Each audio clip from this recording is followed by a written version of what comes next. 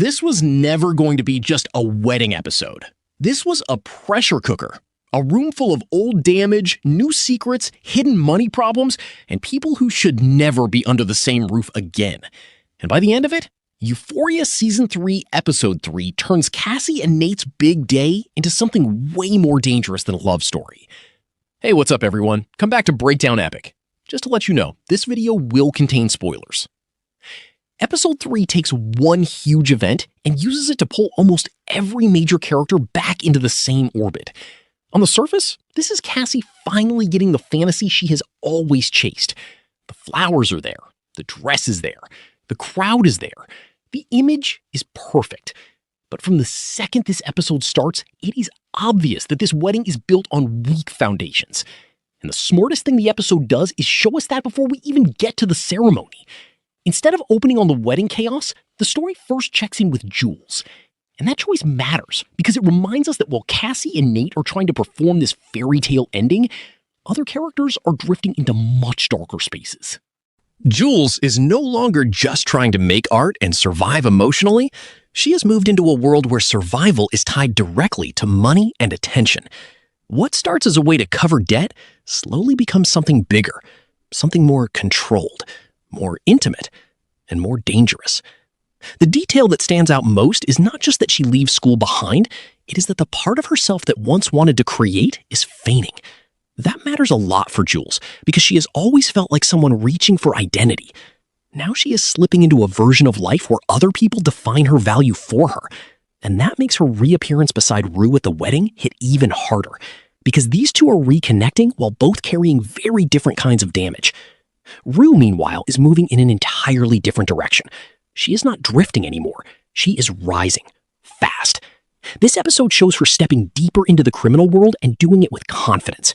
She is earning respect, handling serious business, and talking like someone who does not want to just survive the life she is in. She wants to become something bigger inside it. That conversation about going further, about becoming a name, that tells us Rue is playing with a level of ambition that could destroy her if nobody stops her.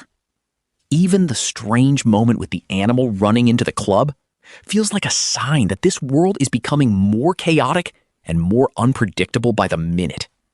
And still, despite everything going on, Rue chooses to bring Jules to the wedding.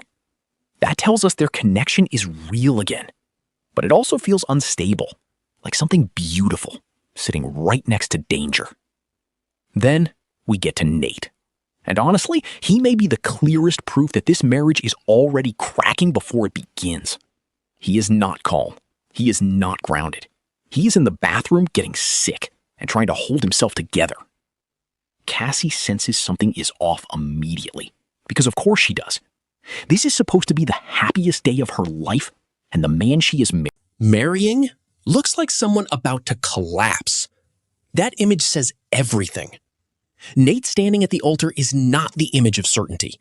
It is the image of someone trying to perform control while his life is quietly imploding. Cassie, on the other hand, is walking into the ceremony like someone torn between fantasy and terror. She is emotional, shaken, almost overwhelmed by the weight of what this moment means. And that is what makes the vows work so well. Because on the outside, they land like triumph, applause, smiles, a beautiful kiss. But underneath it all, the episode has already shown us that this is not peace. This is denial dressed up as romance. What makes the wedding so strong as a setting is that it becomes a collision point for almost everybody. Lexi is there, watching all of this with the kind of discomfort only she can bring to a Cassie storyline. Maddie is there too, and that instantly loads every interaction with tension. Because no matter how polished the event looks, you cannot erase the history in that room. And the episode knows that. That is why even small moments hit so hard. A glance, a pause, a delayed decision about whether to approach the couple. Even random side interactions feel loaded because these people are carrying years of resentment, guilt, longing, and unfinished business. Then, the show adds another layer by bringing Cal into the emotional mess. His scene with Jules is especially important because it pulls an old wound back into the open. He tries to offer some form of explanation and maybe even relief. But the real point of that scene is not redemption. It is reminder. The past is still sitting at this wedding whether anyone likes it or not. Then there was Rue's side plot, pulling us away from the reception and into something far more dangerous. While everyone else is dancing and pretending this night is about celebration, she is being dragged deeper into a criminal setup that feels like it could explode at any second. There is planning, suspicion, movement against her. And by the time she reaches that house, the mood shifts completely. Now, it is not about awkward toasts and old romance. Now, it is about survival. But Nate's problems are not staying hidden either. The arrival of someone from his other world changes the temperature instantly. You can feel it. This is not just a bad look. This is a serious threat. Money is involved. Pressure is involved. And Nate is trying to keep the mask on while standing in the middle of his own wedding. That is exactly the kind of euphoria chaos this episode needed. Because suddenly, the question is no longer whether this marriage will be happy.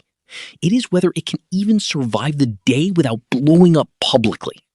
And I think the episode makes one thing very clear. Cassie has married into instability. She may not know the full shape of Nate's financial problems.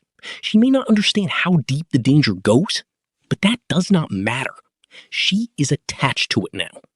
And while she is trying to live inside her dream, Maddie is standing close enough to remind us of everything that dream cost. That is another reason the first dance works so well. It should feel romantic. Instead, it feels haunted. Not because the show is telling us the marriage is doomed in one loud, dramatic scene, but because every frame around the dance is filled with people who know too much.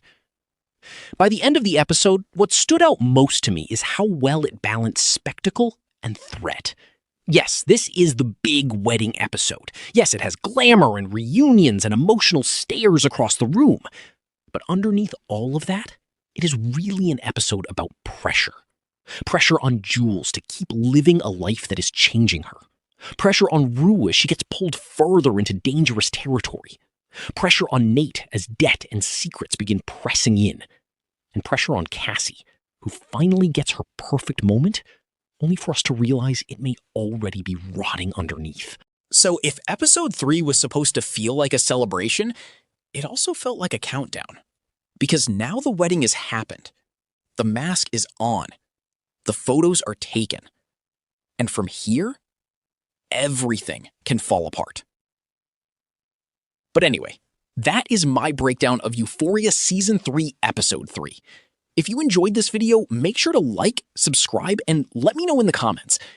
Do you think Cassie and Nate's marriage survives this season? Or was the wedding itself the beginning of the collapse? I will catch you in the next one.